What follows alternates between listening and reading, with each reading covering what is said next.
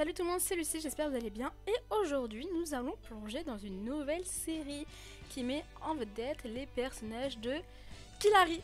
Pour ceux qui ne sont pas du tout familiers avec ce type de vidéo, en gros, je vais vous donner les informations principales les plus importantes et quelques détails sur les personnages de certaines séries. J'ai déjà fait Yasper Curve, j'ai déjà fait Mimu Power.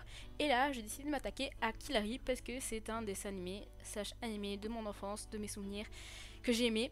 Malheureusement, je n'avais pas la chaîne télé, donc je l'ai découvert que plus tard quand j'avais accès au streaming et à un PC. Alors bien évidemment, je vous préviens, attention aux spoilers. Si ça vous dérange pas, ben moi je vous dis installez-vous bien et c'est parti.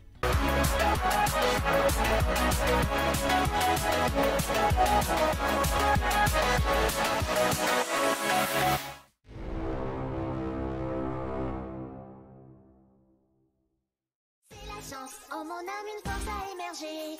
Quelle chance et soudain Killary Tsukishima est donc le personnage principal de la série animée et manga Killary. Son histoire débute alors qu'elle est une simple collégienne âgée de 14 ans et qui suit son parcours vers la célébrité en tant qu'idole populaire. C'est tout ce qu'il faut savoir pour introduire le personnage. c'est la chance. Oh mon âme, une force a émergé.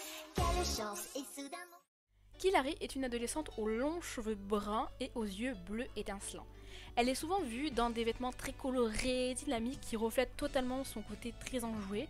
Et sur scène, en tant qu'idole, elle brille tout simplement avec des tenues scintillantes, des accessoires éclatants. Son style vestimentaire est disons varié et marque notamment du coup sa personnalité qui est unique. On la voit tout le temps accompagnée de son petit chat Nassan qui est au passage aussi son meilleur ami.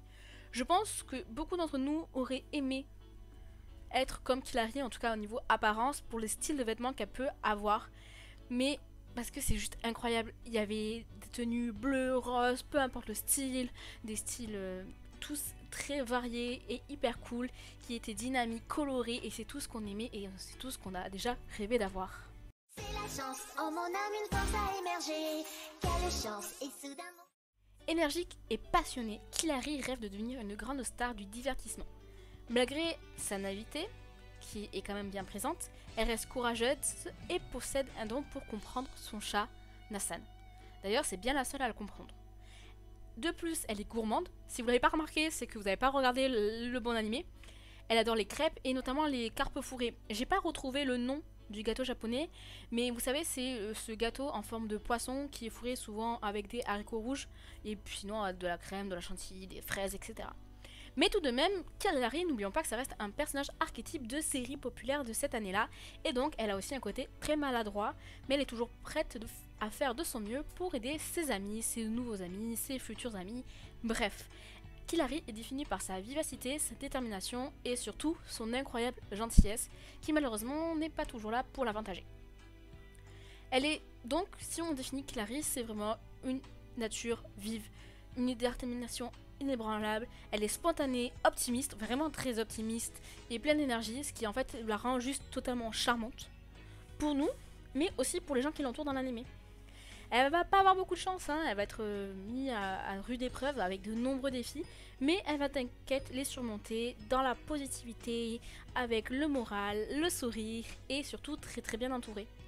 En fait, c'est le genre de personnalité qui correspond extrêmement bien à ce genre d'animé, ce genre de manga, et qui a fait que beaucoup d'entre nous se sont attachés à ce personnage, et encore aujourd'hui que beaucoup d'entre nous adorent ce personnage. c'est la chance. Oh mon âme, une force a émergé. Quelle chance et soudain Donc, plantons le décor. Killary a un frère, Shobaru, un père qui travaille dans un café et cuisine extrêmement bien. On le voit d'ailleurs la plupart du temps en cuisine, et sa mère qui n'est plus là, qui était une grande actrice.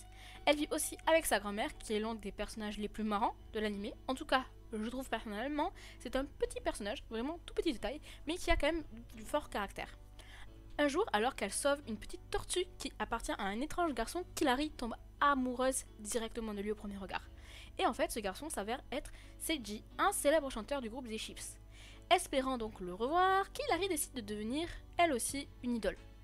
Cependant, au fil de l'histoire, elle va pas vraiment se rapprocher de Seiji. Non, elle va se rapprocher de l'autre membre du Chips, qui s'appelle Hiroto. Et finalement, elle réalise qu'elle est tombée amoureuse de lui. Et mince. Bon, cette relation d'amour entre Hiroto et Killary, c'est le point central de l'anime.